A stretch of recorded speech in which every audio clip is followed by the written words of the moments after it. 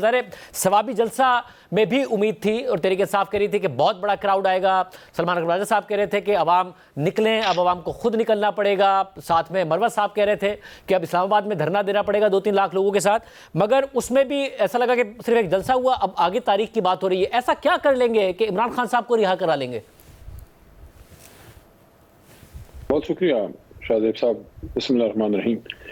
اللہم صلی علی محمد وآلہ وصحبہ وسلم. کافی بڑی گیدرنگ تھی سوابی میں. میں یہ تو نہیں کہوں گا کہ اتنی بڑی تھی جتنا جب خان صاحب ہوتے تھے, لیکن میں سمجھتا ہوں کہ خان صاحب کی غیر موجودگی میں اور گوناگو کی اس صورتحال میں کافی بڑی گیدرنگ تھی. حالانکہ پنجاب سائڈ پہ روک اس بار بھی تھی.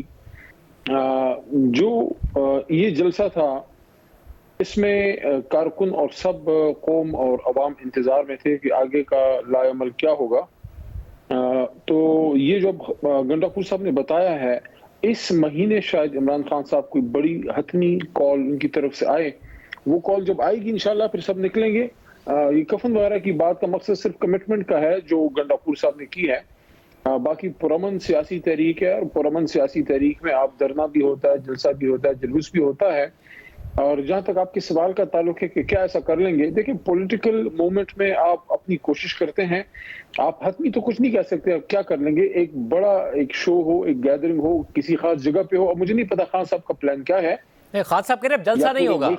خان صاحب تو کہہ رہے اب جلسہ نہیں ہوگا. اگر جلسہ نہیں ہوگا تو کیا پھر دھرنا ہوگا؟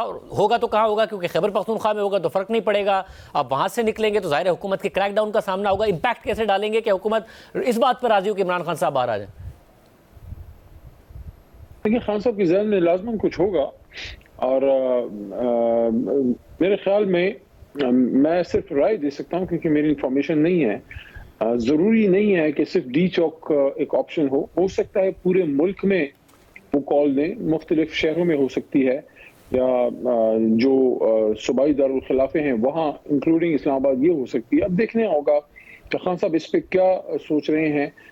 لیکن جو اگر گنڈا پور صاحب نے اس مہینے کا کہا ہے تو اس کا پھر مطلب ہے کہ ان کی کوئی کنسلٹیشن اس معاملے میں شاید خان صاحب سے ضرور ہوئی ہوگی. اسی وجہ سے انہوں نے پھر اس مہینے کا جو ہے انڈیا دیا ہے. اور علی صاحب ہوا یہ کہ کارکن آپ کا جو مایوس ہوا, جو کہ لیڈرز نے بھی کافی انہیں ایکسیپٹ کیا, وہ اس وجہ سے ہوا کہ ان کی ذریعے توقعات بہت بڑھائی گئی. پہلے سپٹمبر میں کہا گیا, حمازہ صاحب نے کہا میں خود لیڈ کروں گا, ہم اڈیالہ جائیں گے, رہا کرا لیں گے. پھر کہا گیا کہ وہ آئیں گے. علی امین گنڈا پور صاحب ضرور آئے اسلام آباد تک, مگر پھر کارکن مایوس ہوئے کہ کوئی دوسری لیڈرشپ موجود نہیں تھی. علی امین گنڈا پور صاحب بھی چلے گئے. پھر ثوابی کے لیے بھی بہت زیادہ کہا گیا کہ جی بہت آئیں گے, پورے پاکستان سے لوگوں کو نکلنا ہوگا. اب بھی ایسا تو نہیں ہے کہ کارکنوں کی توقعات اتنی بڑھائی جا رہی ہیں, پھر ڈیلیور اس حساب سے نہیں ہوگا تو کارکن اور مایوس ہوں گے؟ دیکھیں میں سمجھتا ہوں کہ کارکنوں کا گلہ اور ان کی مایوسی یا ان کی توقع بھی جائز ہے, کیونکہ وہ اپنے لیڈر کو باہر دیکھنا چاہتے ہیں. اور اس وقت اس ملک کے ساتھ سب سے بڑی زیادتی اگر کوئی ہو رہی ہے, جو میں نے جناب عمران خان صاحب کی گوش گزار یہ 4 دن پہلے کی تھی, ان کو میں نے یہی عرض کیا تھا کہ خان صاحب آپ نے تو اپنی زندگی میں جو اچیو کرنا تھا شاید آپ کی سوچ سے زیادہ اللہ نے آپ کو دیا ہے, تو ظاہر ہے آپ اپنے لیے تو کر نہیں رہے. اس وقت نقصان عمران خان کا آپ کا نہیں ہو رہا. That is what I said told him کہ یہ نقصان اس وقت قوم کا ہو رہا ہے, کیونکہ لیڈر نہ ساری زندگی زندہ رہتا ہے. کل نفس ذائقۃ الموت, 100 سال کی بھی زندگی ہو تو آخر کو انسان نے جانا ہوتا ہے. تو ایک ایک دن ایک ایک لمحہ قیمتی ہے, کیونکہ میرے آپ کے جیسے لوگ, خیر آپ تو بہت مانے ہوئے جرنلسٹ ہیں, لیکن میں اپنی مثال دوں گا کہ میرے جیسے لوگ یا کوئی سرکاری افسر, چاہے وہ جوڈیشری میں ہو, بیوروکریسی میں ہو, ملٹری میں ہو, یا کوئی سیاستدان, ایسے لوگ آتے رہتے ہیں, قیمتی لوگ آتے. لیکن لیڈر کوئی صدیوں میں ایک یا 50 سال میں, یا پاکستان کی زندگی میں آپ بتائیں نا 70 سال میں کتنے بڑے میگا لیڈرز آئے ہیں. جناح صاحب کے بعد, قائد اعظم کے بعد یا بھٹو صاحب ہیں, یا پھر عمران خان صاحب ہیں, یا کچھ عرصے بے نظیر صاحبہ. میاں صاحب کے پاس چانس تھا لیکن میاں صاحب نے اپنے آپ کو اپر پنجاب تک محدود کیا.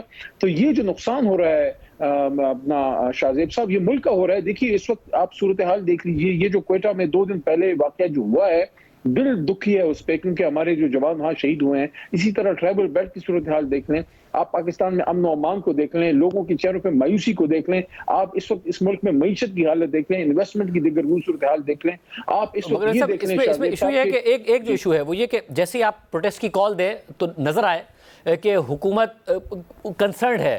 اب مسئلہ یہ ہو رہا ہے کہ حکومت دن بہ دن